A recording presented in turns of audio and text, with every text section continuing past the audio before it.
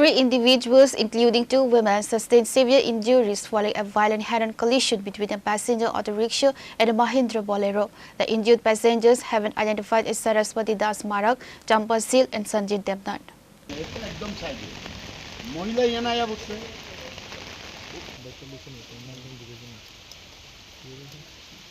दादा अपना नाम बता देंगे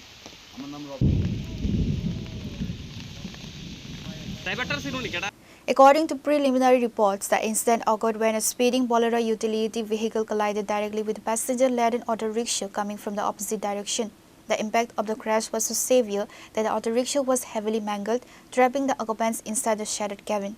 Local bystanders rushed the scene, pulled the bloodied victims from the mangled wreckage of the auto rickshaw, and immediately evacuated them to the hospital in critical condition.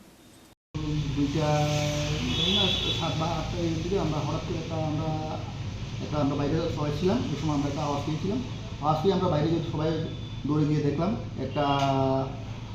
কী হয়েছে একটা অটোর মধ্যে একটা অটো আর একটা বোলেরো পিকআপ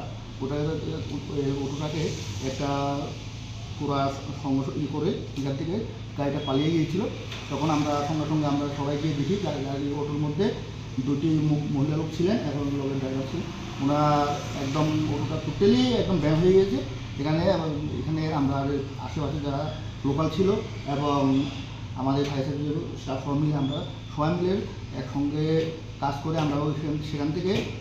গাড়ি থেকে আমরা মহিলাগুলোকে আমরা রিকভারি করি আমরা তারপর আমাদের ফায়ার সার্ভিসের গাড়ি নিয়ে আমরা ওনাদেরকে হাঁপানি হসপিটালে আমরা প্রেরণ করি Law enforcement officials arrived at the spot, seized both vehicles to clear the highway traffic, and registered a case of reckless driving to probe the crash.